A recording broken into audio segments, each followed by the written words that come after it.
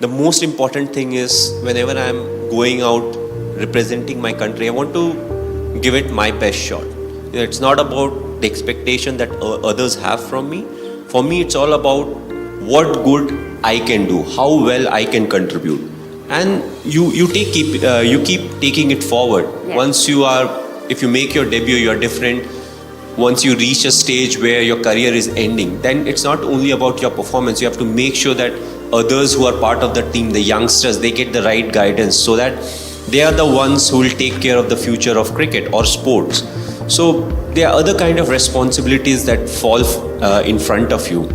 But overall, I always felt country was the biggest motivation for me. It was never about scoring runs or taking wickets. It was more about the team should do well and we should win the games. And that always helped because it kept things very simple. Once you start getting into the groove of I want to score runs, I want to take wickets, I want to do this, we play a team sport. So for us, it's always about, all of us moving together. And, what is something that you can do, but maybe some of the others can't do.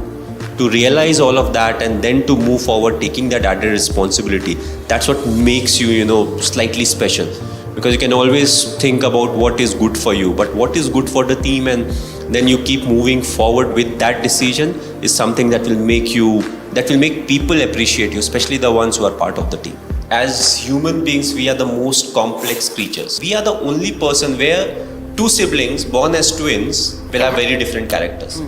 We study the same syllabus in school. CBSE में पढ़ाई की है, ये हमारे courses हैं.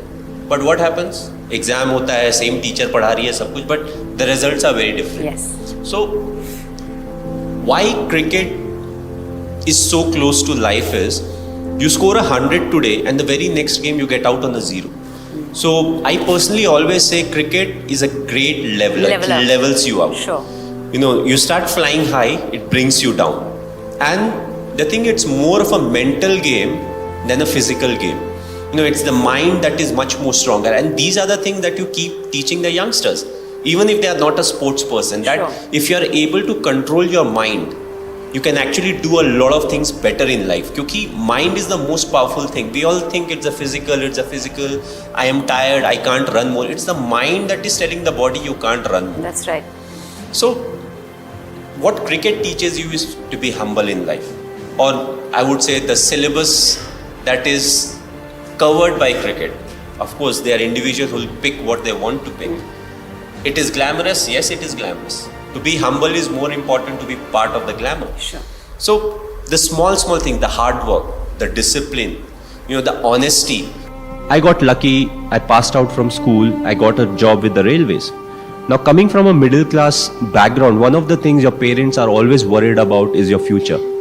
And sports never had I would say it never had a great future at that point of time. A lot of parents would be worried, acha cricket khel raha, I don't know future mein kya hoga. But the moment I got my job with the railways, my parents were quite relaxed as to, whatever he does from now on, he has something to fall back to. If he's not successful in life, he'll fall back to, with work when it comes to the railways, and he'll have a future, whatever that future may be. So I feel all these small things which fall into places which may or may not be in your control also contribute a lot. But the most important ingredient, yes, hard work is there, dedication is there, passion is there, but I felt being honest is one of the most important things. To start off being honest to yourself. Unless you are honest to yourself, you can't be honest to others. And what it also does is it helps you in accepting what the shortcomings are. You may not be a great player, may not be a great human being, but if you're willing to accept the shortcomings, you can always look to improve. You can go to people, you can ask for help, and there'll be people to guide you out. Whether it's your seniors, whether it's your parents, close friends, whoever those may be. And I always felt all these things really helped me keep moving ahead in life. Throughout being honest towards the goal. What is the goal? The goal is not to, for me it was never to score so many runs for India. For me it was always, how we'll be able to win a game. Whether you are the captain or you're not the captain. What you want is, how much you have contributed for the team to win. Very simple, don't think about the result. It's a result that puts pressure on us. what if this happens? What if we don't win the game? What if we don't get selected? But again, worry about the controllables, and whatever the controllables are, we take care of it, we'll get the desired result. If we don't get the desired result, we'll improve. We'll change our plans, we'll execute better, and we'll get a chance to prove ourselves again. So, that's what it is. Thinking about the result never gives you result. Yes, you may have a target in mind, but what is more important is to take care of the small steps in life, what needs to be done, what I am supposed to do, what extra I can do, and that will help us achieve the target. During the 2011 World Cup, and it was like 10 or 15, 20 runs needed on the finals, and the stadium started to chant Vande Mataram, and I believe that was something. I don't get goosebumps, I don't know, maybe something wrong with me, I don't get goosebumps, but that moment, I don't think I would ever be able to get into a similar atmosphere. There was something very beautiful about it, and when they started to chant, and let's say if it was moving from one side of the stadium to the other, they would actually move. And I feel that was again a moment, I would never forget in life. If I would ever get a chance to relive it, definitely I would love to, but that's not really in my control. Hard work that you have to put, irrespective of what your profession is. You have to be ready for the kind of talent that's really needed to achieve what you want to achieve. But at the same time, you have to take risk in life. So take risk in life, but at the same time, you have to be practical. You have to be calculated. Respecting the elders, which I feel is the key. If you don't respect the elders, be it your parents or be it anyone, it becomes very difficult to be successful in life. It's a 20-year-old company, and you don't run a company for 20 years if you don't believe in something. And if you see, what we firmly believe in is commitment, integrity, and hard work. And if you see these three things, it's not only for a business. In sport also, these are the three things we keep emphasizing on. We want youngsters to actually be very committed to what they want to achieve in life. Hard work, I'm still finding a substitute for hard work, which we have not been able to find. So I'm hoping that someday I would able to find something that substitute hard work. I personally always felt sport teaches you a lot in life.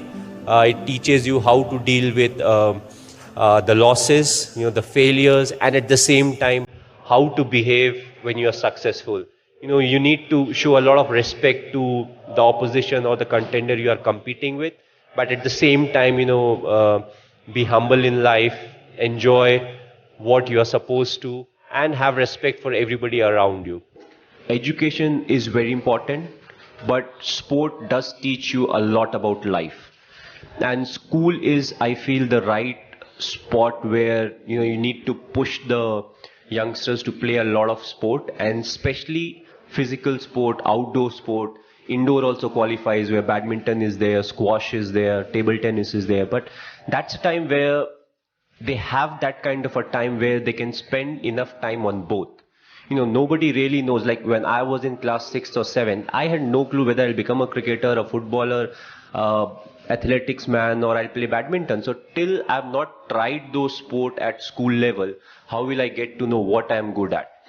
And I feel, in between there was a phase where parents were not too much interested into sport. They just wanted their children to study hard, get the best of result.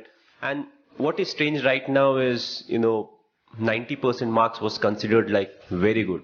And now the amount of students who get more than 90% is just enormous. So for us, even if I was, studying 24 hours a day, I can't think of reaching, 90% marks at any point of time.